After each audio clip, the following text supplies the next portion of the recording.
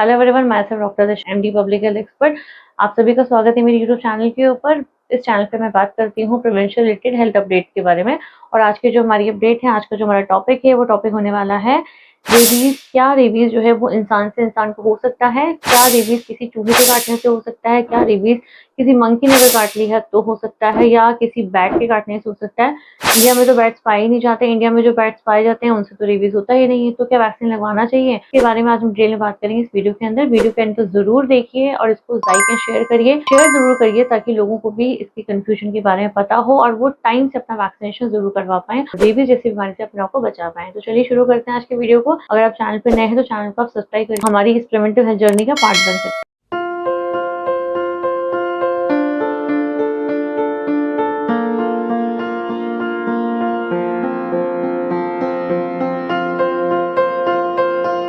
तो आइए जानते हैं रेबीज एक्चुअली में जो एक वायरस से होने वाली बीमारी है, क्या ये बीमारी सिर्फ डॉग से होती है? इसका आंसर है नहीं, ये और मैमल्स से भी हो सकती है। ये होती है मैमल्स के थ्रू। बट अगर हम इंडिया की बात करें तो इंडिया के अंदर जो मेजरली जो ये बीमारी होती है रेबीज, वो होती है डॉग्स के थ्रू ही। अगर हम बात करें तो ऑलमोस्ट हमारे इंडिया के जो 99% जो केसेस हैं वो डॉग से ही होते हैं। अब दूसरा सवाल यहाँ पे आता है, क्या एक इंसान से दूसरे इंसान को ये रेबीज की जो बीमारी है ये हो सकती है? तो इसका आंसर है, देखिए, एक इंसान से दूसरे इंसान को रेबीज होना अभी तक डॉक्यूमेंट नहीं किया गया है। ये सिर्फ दो ही कंडीशन है जहाँ पर ये डॉक्यूमेंट है।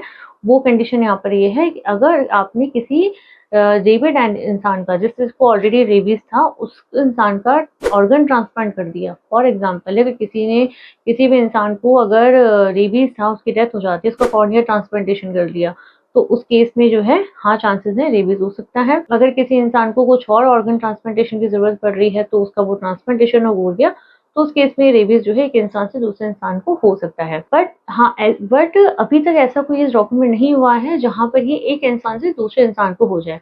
बट फिर भी जब भी हम किसी इंसान को रेबीज हो जाता है तो उसके जो घर वाले होते हैं, जो उसके टेक केयर कर रहे होते हैं, जो उसके कांटेक्ट में होते हैं, उनको एज अ प्रिकॉशन बोला जाता है कि वो अपनी वैक्सीनेशन, वो भी प्री एक्सपोजर वैक्सीनेशन अपना डोज कंप्लीट करवा के रखें और साथ ही साथ अपनी सेफ्टी रखें। जब फॉर एग्जाम्पल जब भी वो उनके सलाइवा से हैंडलिंग कर रहे हैं तो वो ग्लव्स पहन के रखें ताकि उनके वो कांटेक्ट में सलाइवा ना आए। तो जनरली ऐसा नहीं देखा गया। क्या ऐसा हो सकता है कि किसी इंसान ने अगर खांस दिया है या छींक दिया है तो उस इंसान को रेबीज हो सकता है दूसरे इंसान को? जिसका आंसर है नहीं, रेबीज इस तरीके से भी नहीं होता। इनहेलेशन से या एरोसोल से, जैसे कोविड होता था, वैसे नहीं होता।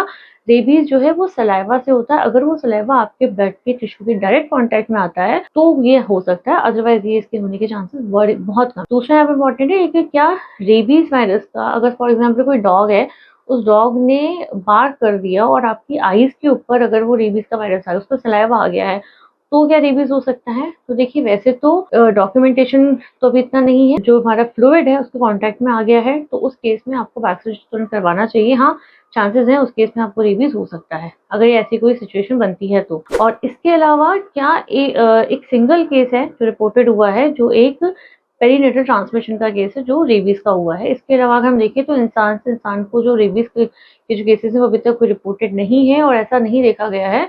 बट अगर आपने ऑर्गन को आपने ट्रांसप्लांट कर दिया है, आपने ब्लड ही चढ़ा दिया है किसी के रेबीज इन्फेक्टेड इंसान का, तो डेफिनेटली ये चांसेस हैं कि रेबीज हो सकता है।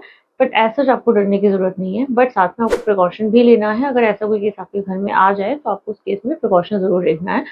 दूसरा यहाँ पे इम्पोर्टेंट चीज ये है, क्या वो कच्चा मीट खाने से अगर किसी जानवर को रेबीज हो गया था और उसका अगर हमने उसका मीट हमने खा लिया है, या हमने उसका, जैसे जो कैटल्स लोग पालते हैं गांव में, उसका मिल्क हो गया है, अगर हमने उस मिल्क को कंज्यूम कर लिया है तो क्या हमें रेबीज हो सकता है? तो देखिए, इसका भी कोई ऐसा डॉक्यूमेंटेशन नहीं है। जनरली क्या होता है, जब ये वायरस ओरली ये वायरस आपके बॉडी के अंदर जा रहा है तो ये जनरली स्टमक में जाएगा, वहां पे जो गैस्ट्रिक जूसेस है उसके साथ में ही किल हो सकता है। अभी भी कोई ऐसे वेल डॉक्यूमेंटेशन नहीं है इसके ऊपर। तो जनरली ये माना गया है कि रॉ मीट से और मिल्क से कंजप्शन से ये आपको नहीं होगा।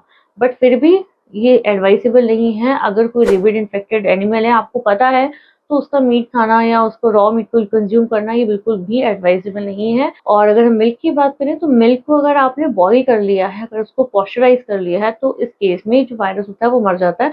उस केस में फिर जो रिस्क है वो ऑलरेडी बहुत कम हो जाता है। तो उस केस में तो वैसे भी चांसेस नहीं है कि रेबीज का वायरस उस केस में होगा। इसके अलावा रोडेंट्स की अगर हम बात करें तो क्या चूहों के काटने से हो सकता है? तो इसका आंसर ये है जितने भी जो डोमेस्टिक रोडेंट्स हैं उसके काटने से नहीं होता रेबीज, वो रिपोर्टेड केसेस नहीं है। बट जो वाइल्ड रैट्स हैं, वाइल्ड रैट्स जो जंगल में रहते हैं उनके काटने से हाँ रेबीज हो सकता है। बट यहाँ प्रॉब्लम ये आती है कि जब भी आपको कोई किसी रैट बाइट होता है तो आपको देख के आप नहीं बता सकते ना इमीडिएटली कि वो आपको जो बाइट था वो वाइल्ड रैट से हुआ है या डोमेस्टिक रैट से हुआ है। तो इसी वजह से ऑन अ सेफर नोट ये बोला जाता है कि आप जाके अपना वैक्सीनेशन कंप्लीट करवा लीजिए।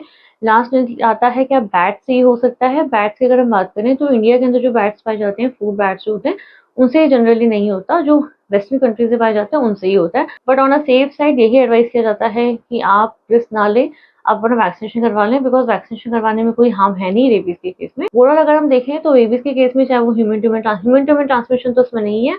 बट हाँ, अगर आपको इसके अलावा रोडेंट से हो रहा है, आपको किसी गाय से हो रहा है, आपको किसी और मैमल से हो रहा है, बैट से हो रहा है, तो इन सारी ही चीज़ों में आप अपना वैक्सीनेशन ज़रूर करवा लीजिए। तो थैंक यू सो मच। आपको आई थिंक ये थोड़ा आइडिया लग गया होगा कि क्या रेबीज ह्यूमन में ट्रांसमिट हो सकता है। आपका ये डाउट शायद क्लियर हुआ हो। आंसर नहीं, ह्यूमन्स में इसका ट्रांसमिशन नहीं होता। मदर से फीटस हो सकता है क्या? इसका आंसर भी ये है नो, मदर से फीटस इसका ट्रांसमिशन नहीं होता है। Thank you so much. मिलते हैं नेक्स्ट वीडियो के अंदर किसी और टॉपिक के बारे में बात करते हुए। तब तक के लिए स्टे सेफ, अपना ध्यान रखिए, अपना और अपनी फैमिली का ध्यान रखिए। रेबीज जैसी बीमारी के बारे में अवेयरनेस बढ़ाइए और लोगों को भी इसकी अवेयरनेस बढ़ाने में मदद करिए। आपको रेबीज के रिगार्डिंग में कुछ और डाउट्स पूछने हैं तो आप मेरे बहुत सारे वीडियोस हैं उनको जाके आप चेक कर सकते हैं। और चैनल को सब्सक्राइब करना ना भूलिएगा ऐसी हेल्थ अपडेट्स के लिए।